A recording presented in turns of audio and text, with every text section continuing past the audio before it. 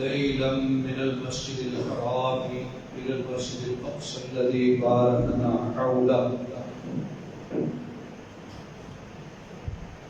ان الفاظ مبارکہ سے سورہ بنی اسرائیل اور 15ویں پارے کا آغاز ہوتا ہے۔ اس کو بنی اسرائیل اس لیے کہا جاتا ہے کہ اس میں بنی اسرائیل کا تذکرہ ہے، اور سورۃ الاسراء اس لیے کہا جاتا ہے کہ اس میں اللہ تعالیٰ نے اسراء کا ذکر کیا ہے، اور اسراء کا معنی ہے رات کو چلانا۔ اللہ تعالیٰ نے اپنے پیارے محبوب صلی اللہ علیہ وسلم کو جو رات کو سیر کرائی ہے، جسے معراج کہا جاتا ہے، اسی کا پہلا حصہ اسراء ہے۔ زمینی سفر اسراء ہے، اور پھر وہاں سے آسمانوں کا سفر معراج ہے۔ دونوں سفروں پر اسراء کا لفظ بھی بولا جاتا ہے اور دونوں پر معراج کا لفظ بھی بولا جاتا ہے، البتہ معراج کا لفظ زیادہ استعمال ہے۔ یا اس سفر کے بارے میں بعض بنیادی چیزیں یاد رکھنی چاہیے۔ ایک تو یہ ہے کہ یہ سفر عالم بیداری میں ہوا ہے، خواب میں نہیں ہوا، جاگتے ہوئے ہوا ہے۔ اور دوسرا یہ کہ یہ سفر روح مع الجسد ہوا ہے، خالی روحانی سفر نہیں ہے بلکہ جسمانی سفر بھی ہے۔ اور پھر ایک اور بات اس میں جو قابل ذکر ہے کہ اس سفر میں نبی کریم صلی اللہ علیہ وسلم نے اپنے رب کو نہیں دیکھا۔ جو کچھ دیکھنے کا ذکر آیا ہے وہ سب کا سب حضرت جبریل علیہ السلام کو دیکھنے کے حوالے سے ہے۔ آپ نے اپنے رب کو نہیں دیکھا۔ اس بارے میں حضرت عائشہ رضی اللہ تعالی عنہ کی حدیث واضح ہے۔ لہذا سفر اسراء اور معراج کے حوالے سے یہ چند بنیادی حقائق ذہن میں رہنے چاہیے۔ آگے بڑھتے ہیں۔ اللہ نے فرمایا یہ قرآن جو راستہ دکھاتا ہے نا، وہ بہت ہی سیدھا راستہ ہے، اس کی راہ سے سیدھی راہ کوئی نہیں ہے۔ پھر اللہ نے فرمایا کہ تیرے رب کا فیصلہ ہے، عبادت صرف اللہ کی کرو اور والدین کے ساتھ حسن سلوک کرو، احسان کرو۔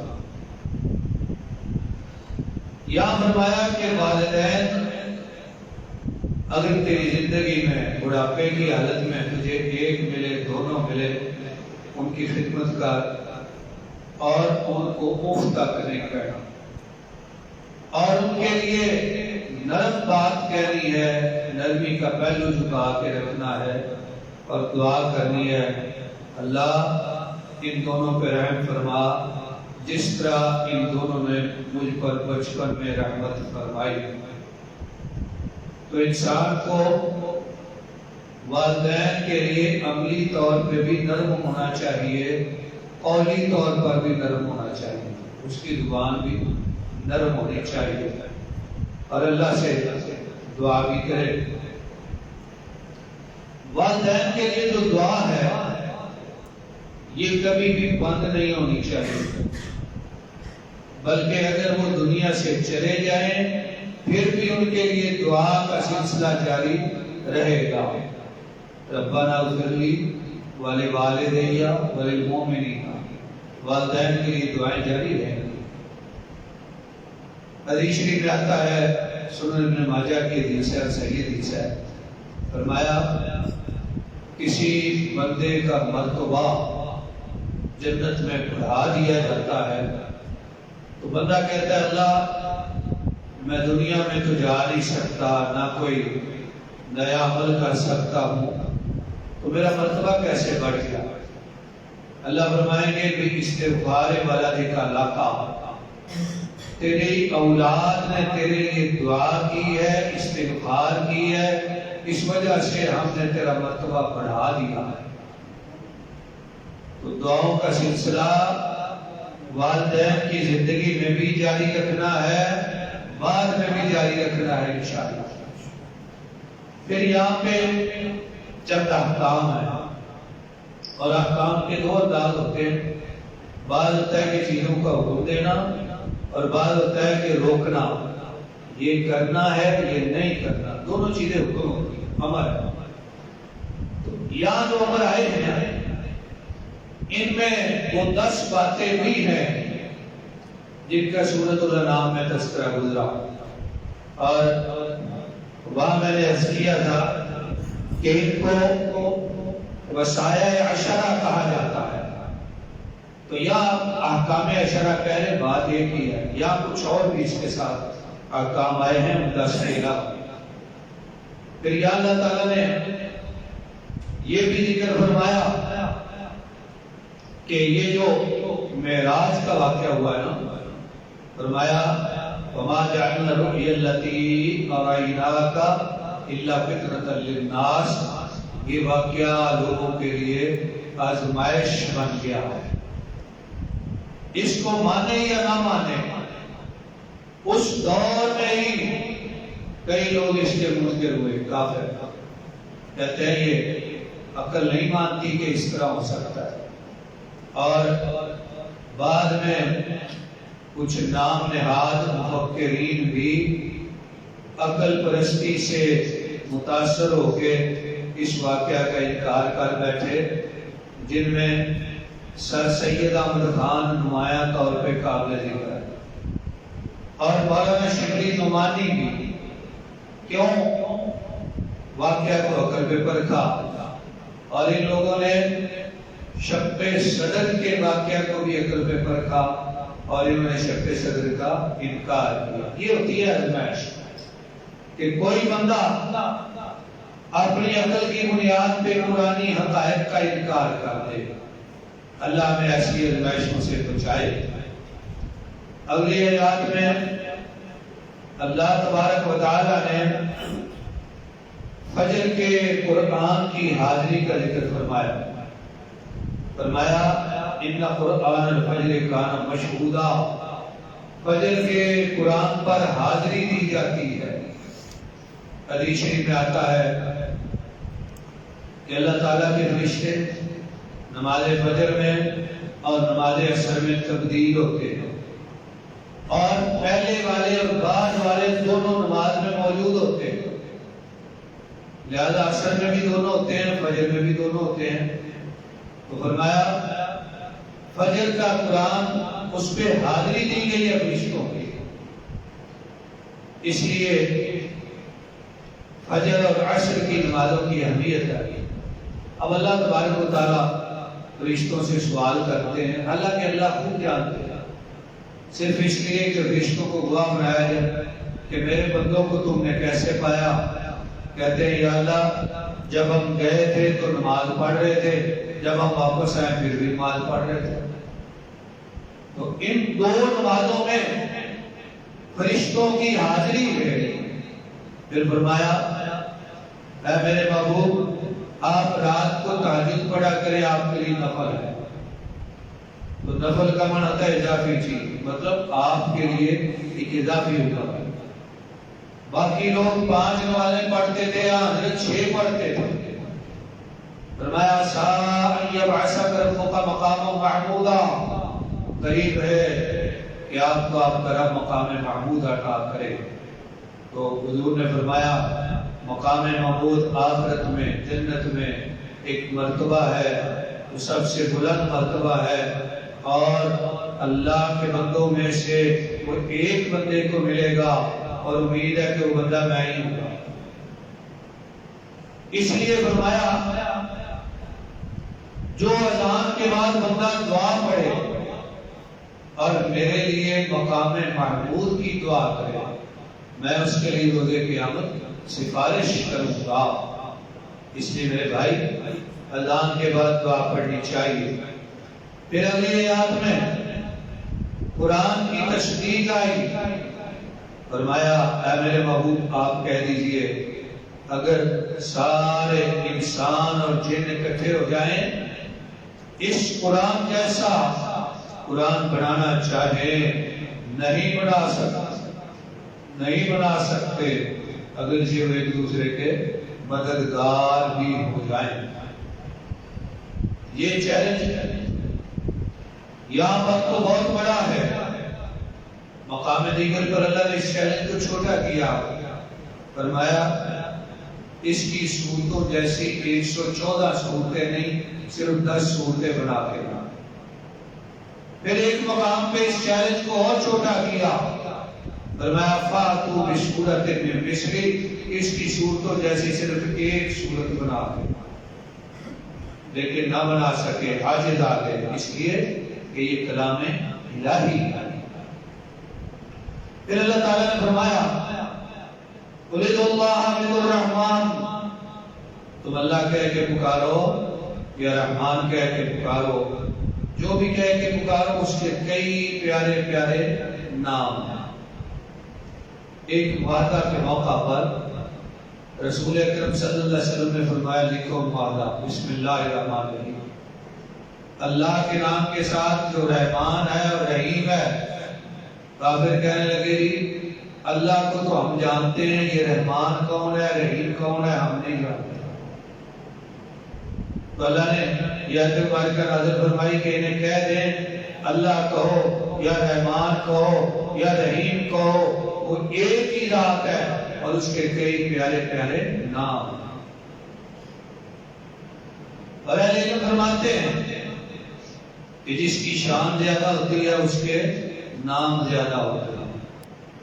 اللہ کے پاک نبی نے فرمایا کہ اللہ کے 99 نام ہیں، ایک کم 100، جو انہیں یاد کرے گا جنت میں داخل ہوگا۔ اہل علم نے اللہ تعالیٰ کے اسماء پر کتابیں لکھی ہیں، ان کی تشریح پر قاری سلمان منصور پوری رحمہ اللہ نے شرح اسماء الحسنی لکھی اردو میں، اور عربی میں اب بڑے بڑے موسوعے مرتب ہو گئے جنہیں انسائکلوپیڈیا کہا جاتا ہے اسماء اللہ الحسنی۔ اور جیسے میں نے عرض کیا کہ جس کی شان زیادہ ہوتی ہے اس کے نام بھی زیادہ ہوتے ہیں، لہذا ہمارے پیارے رسول صلی اللہ علیہ وسلم کے نام بھی بہت ہیں اور آپ کے ناموں پہ بھی کتابیں لکھی گئی ہیں۔ امام سیوطی رحمہ اللہ نے کتاب لکھی ہے الریاض الانیقہ فی شرح اسماء النبی خیر الخلیقہ عربی میں، اور ماضی قریب میں ایک مشہور شخصیت گزری ہے صوفی برکت علی لدھیانوی، انہوں نے اسماء النبی صلی اللہ علیہ وسلم جمع کیے اور ان کی شرح لکھی اردو میں، بڑی بڑی ضخیم 5 جلدیں نبی کریم صلی اللہ علیہ وسلم کی اسماء مبارکہ۔ لہذا جس کی شان زیادہ ہوتی ہے اس کے نام زیادہ ہوتے ہیں، تو اللہ کے کئی نام ہیں۔ سورہ بنی اسرائیل کا اختتام ہوا، اب آگے ہے سورۃ الکہف، مکی سورت ہے۔ کفار مکہ نے آج کتاب کے مشورے سے نبی صلی اللہ علیہ وسلم سے سوال کیے اصحاب کہف کا واقعہ کیا ہے، ذوالقرنین کا واقعہ کیا ہے، باغ والوں کا واقعہ کیا ہے، یا بعض نے کہا کہ حضرت موسیٰ اور خضر کا واقعہ کیا ہے، کہ اس سورۃ مبارکہ میں 4 واقعات آئے ہیں۔ تو سب سے پہلے اصحاب کہف کا واقعہ، جن کے نام پہ یہ سورت ہے۔ کہف کہتے ہیں غار کو۔ یہ چند نوجوان تھے جو رب پر ایمان لے آئے، اللہ نے انہیں ہدایت دی۔ زمانہ قریب میں جس زمانے کا تعین مورخین کے ہاں نہیں ہو سکا کہ بعض اس کو حضرت مسیح کے بعد کا زمانہ کہتے ہیں اور بعض قبل مسیح کہتے ہیں۔ ایک بادشاہ تھا اس کا نام تھا دقیانوس، اس لیے لوگ کہتے ہیں فلاں دقیانوسی باتیں کرتا ہے۔ بادشاہ کا نام دقیانوس تھا اور شہر کا نام افس یا افسوس تھا۔ اس بادشاہ نے اپنے آپ کو رب سمجھا ہوا تھا، لوگوں کو پیچھے لگایا ہوا تھا۔ بعض کہتے ہیں کہ اس کی قوم کے کچھ لوگ، بعض شہزادے حق کو پہچان گئے اور اس کے دین کے خلاف ہو گئے، جبکہ اکثر کا خیال ہے کہ اس کا کام کرنے والے دھوبی اور موچی اور نائی اور نان بائی یعنی روٹی پکانے والے، ان کے بچے تھے جوان ملازم ہو گئے۔ وہ کہنے لگے ہم اس کو رب نہیں مانتے۔ اسے پتہ چلا، ایک مجلس میں بلایا، کہا مجھے رب نہیں مانتے؟ کہنے لگے نہیں، ہم اس اللہ کو رب مانتے ہیں جس نے ہمیں بھی پیدا کیا، تجھے بھی پیدا کیا۔ کہا میں دوسرے شہر سے ہو کے آتا ہوں، پھر تمہاری خبر لیتا ہوں۔ وہ دوسرے شہر کی طرف چلا گیا، یہ شہر سے نکلے باہر پہاڑی پر گئے، ایک غار میں داخل ہو گئے۔ ان کے ساتھ ایک کتا بھی تھا، وہ غار کے دانے پر منہ پر بیٹھ گیا۔ اس میں داخل ہوئے، جا کے لیٹ گئے، سو گئے اور سوئے ہی رہے۔ کتنا عرصہ؟ 309 سال تک سوئے رہے۔ 309 سال کے بعد اٹھے تو بھوک لگی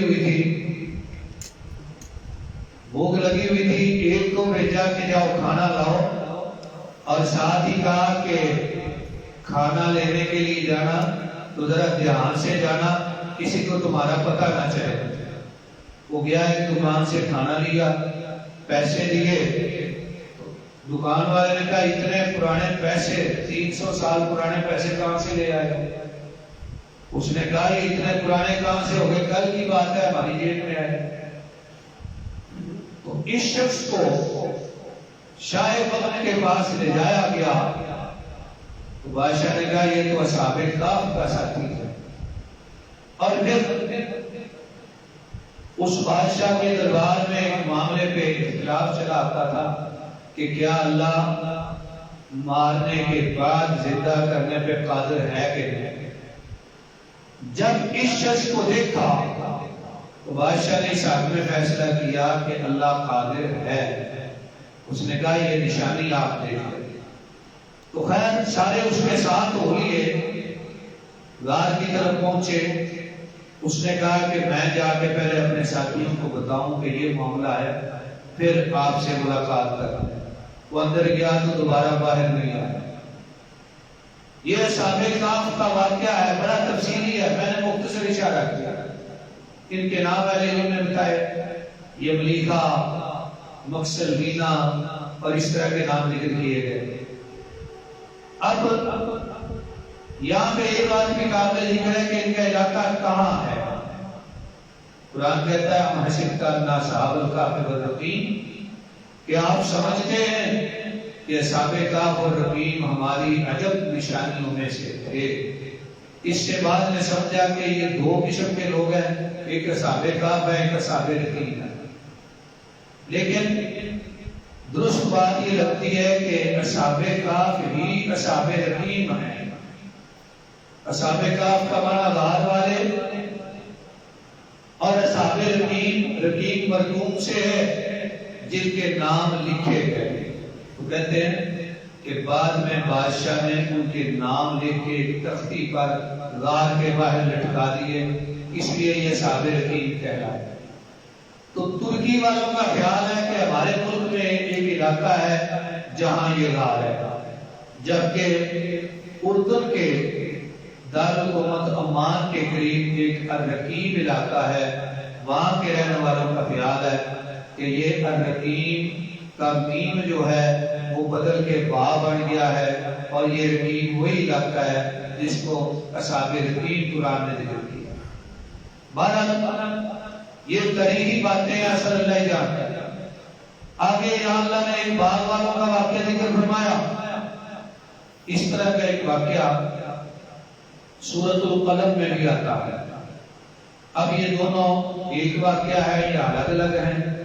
بہرحال بات ذرا ملتی جلتی ہے، لیکن احساس یہ ہے کہ واقعہ دونوں الگ الگ ہے۔ وہاں میں کچھ عرض کروں گا۔ پھر حضرت موسیٰ اور خضر کا واقعہ آتا ہے۔ حضرت موسیٰ علیہ السلام اپنی قوم میں تھے کہ کسی شخص نے سوال کیا، اے موسیٰ آپ سے بڑا کوئی عالم ہے؟ فرمایا نہیں۔ فوراً اللہ نے وحی فرمائی بلا عبدنا خضر، کیوں نہیں؟ ہمارا ایک بندہ خضر ہے۔ خضر خاء پہ زبر زواد کے نیچے زیر، لیکن ہمارے یہاں لوگ الٹ پڑھتے ہیں خضر خاء پہ زیر۔ چلیں جس طرح ہم مشہور ہے اسی طرح ہم بولتے ہیں خضر۔ اللہ نے فرمایا خضر ہے۔ اور پھر حدیث میں آتا ہے اس لیے کہ ان کو چاہیے تھا کہ علم اللہ کی طرف منسوب کرتے کہ اللہ بہتر جانتا ہے مجھ سے بڑا کوئی عالم ہے کہ نہیں۔ ان کو یہ نہیں کہنا چاہیے تھا کہ کوئی عالم نہیں۔ اللہ نے فرمایا خضر ہے۔ کہا یا اللہ کیا میں اس سے ملاقات کر سکتا ہوں؟ اللہ نے فرمایا کرو۔ چل پڑے۔ فرمایا جہاں دو سمندر اکٹھے ہوتے ہیں، سمندر کے دو حصے ملتے ہیں، وہ وہی کہیں رہتا ہے۔ جناب موسیٰ علیہ السلام چل پڑے، ساتھ شاگرد تھے حضرت یوشع بن نون۔ ایک تھیلی میں مچھلی ڈالی اور کچھ کھانے کا سامان لیا۔ مچھلی اللہ کے حکم سے لی۔ جہاں دو سمندر ملتے تھے وہاں کچھ دیر ٹھہرے، آگے چلے گئے، بہت دور آگے چلے گئے تو ایک جگہ پہ جا کے حضرت موسیٰ علیہ السلام نے شاگرد کو فرمایا کہ مچھلی لاؤ پکائیں، ہم تو بہت تھک گئے ہیں، بھوک لگی ہوئی ہے۔ اس نے کہا اے اللہ کے نبی جہاں دو سمندر اکٹھے ہوتے ہیں نا، پیچھے جہاں ٹھہرے تھے وہاں مچھلی میرے تھیلے سے نکل کے بھاگ گئی، میں آپ کو بتا ہی نہیں سکا، بھول گیا۔ وہ فرمایا ہم نے وہیں جانا تھا۔ لہذا واپس چل پڑے۔ اس جگہ پہ پہنچے، ایک بندہ دیکھا جو چادر لپیٹ کے بیٹھا تھا۔ حضرت موسیٰ نے کہا السلام علیکم۔ اس نے کہا یہاں سلام دینے والا کون آ گیا؟ فرمایا میں موسیٰ ہوں۔ کہا کون سے موسیٰ ہو؟ فرمایا بنی اسرائیل والا موسیٰ۔ کہا اس لیے آئے ہو؟ فرمایا میں اس لیے آیا ہوں کہ آپ سے کچھ علم سیکھوں۔ حضرت خضر نے فرمایا موسیٰ ایک علم اللہ نے مجھے دیا ہے جو آپ نہیں جانتے، اور ایک علم اللہ نے آپ کو دیا ہے جو میں نہیں جانتا۔ اور یہ بھی سنیں، سامنے سمندر سے ایک چڑیا نے چونچ پانی کی بھری اور اڑ گئی۔ کہا موسیٰ میرا علم، تیرا علم اور ساری مخلوقوں کا علم اللہ کے علم کے مقابلے میں اتنا بھی نہیں ہے جتنا اس چڑیا نے اپنی چونچ میں پانی بھرا ہے۔ اللہ کا علم سمندروں کے پانیوں سے زیادہ وسیع ہے۔ کہا میں سیکھنا چاہتا ہوں۔ تو حضرت خضر نے کہا پھر آپ میرے ساتھ ساتھ چلیں، آپ نے کوئی سوال نہیں کرنا، میں جو بھی کروں۔ چل پڑے، کشتی میں سوار ہوئے، تھوڑا آگے گئے، کشتی والوں نے جناب خضر کو پہچانا اور ان کو بغیر کرائے کے دونوں کو سوار کر لیا۔ تھوڑا آگے گئے، جناب خضر نے کشتی کا ایک پھٹا توڑ دیا۔ حضرت موسیٰ علیہ السلام نے فرمایا کہ دیکھیں ایسے لوگ جنہوں نے ہمیں بغیر کرائے کے سوار کیا، آپ نے ان کی کشتی خراب کر دی۔ فرمایا کیا میں نے آپ کو کہا نہیں تھا کہ سوال نہیں کرنا، کچھ نہیں بولنا؟ تو حضرت موسیٰ نے کہا ٹھیک ہے جی میں اب نہیں بولوں۔ پھر آگے گئے، ایک میدان میں بچے کھیل رہے تھے، ایک بچے کو پکڑا، اس کا سر اس طرح مروڑا کہ اس کی موت واقع ہو گیا۔ تو حضرت موسیٰ نے کہا اے خضر آپ نے ایک بچے کو بے گناہ مار دیا۔ تو فرمایا میں نے کہا تھا کہ آپ نے سوال نہیں کیا۔ اب آگے بڑھے، ایک بستی میں گئے، بستی والوں سے کھانا مانگا، ہم مسافر ہیں، ہمیں کھانا دیا جائے، تو بستی والوں نے انکار کر دیا۔ وہاں ایک دیوار گر رہی تھی، تو جناب خضر نے حضرت موسیٰ کو ساتھ لگایا، وہ دیوار دوبارہ بنا دی۔ تو حضرت موسیٰ علیہ السلام نے کہا کہ ایسی قوم کہ جس نے ہماری مہمان نوازی نہیں کی، کھانا نہیں کھلایا، آپ نے ان کی دیوار مفت میں بنا دی، کم از کم ان سے معاوضہ لیتے، ان سے کھانا تو لے لیتے۔ تو حضرت خضر نے فرمایا آپ تیسری دفعہ پھر بول پڑے ہیں، لہذا اب میری اور آپ کی جدائی ہے، البتہ جو کام میں نے کیے ہیں ان کی حقیقت ضرور بتاؤں گا۔ اب یہاں پہ ہمارے پیارے نبی جناب محمد مصطفیٰ صلی اللہ علیہ وسلم فرماتے ہیں کہ ہمیں پسند یہ تھا کہ حضرت موسیٰ علیہ السلام صبر کرتے اور کچھ اور باتیں سامنے آتی۔ تو حضرت موسیٰ خضر کے واقعہ میں یہ جو 3 باتیں آئی ہیں، ان میں سے 2 باتیں پہلے پارے کا حصہ ہے، 15ویں پارے کا، اور تیسری بات 16ویں پارے کا حصہ ہے، اور یہیں تک پڑھا گیا۔ اب 16ویں پارے میں پھر حضرت خضر کے جوابات ہیں، جن سے بات انشاءاللہ کل شروع ہوگی، یعنی ان سوالات کے جوابات کا حصہ کل پہ ہم چھوڑتے ہیں۔ 15واں پارہ ختم ہوا، آئندہ گفتگو انشاءاللہ 16ویں پارے سے شروع ہوگی۔ اللہ تعالیٰ اپنی پاک کتاب سمجھنے اور اس پر عمل کرنے کی توفیق عطا فرمائے، آمین۔ وآخر دعوانا ان الحمد للہ رب العالمین۔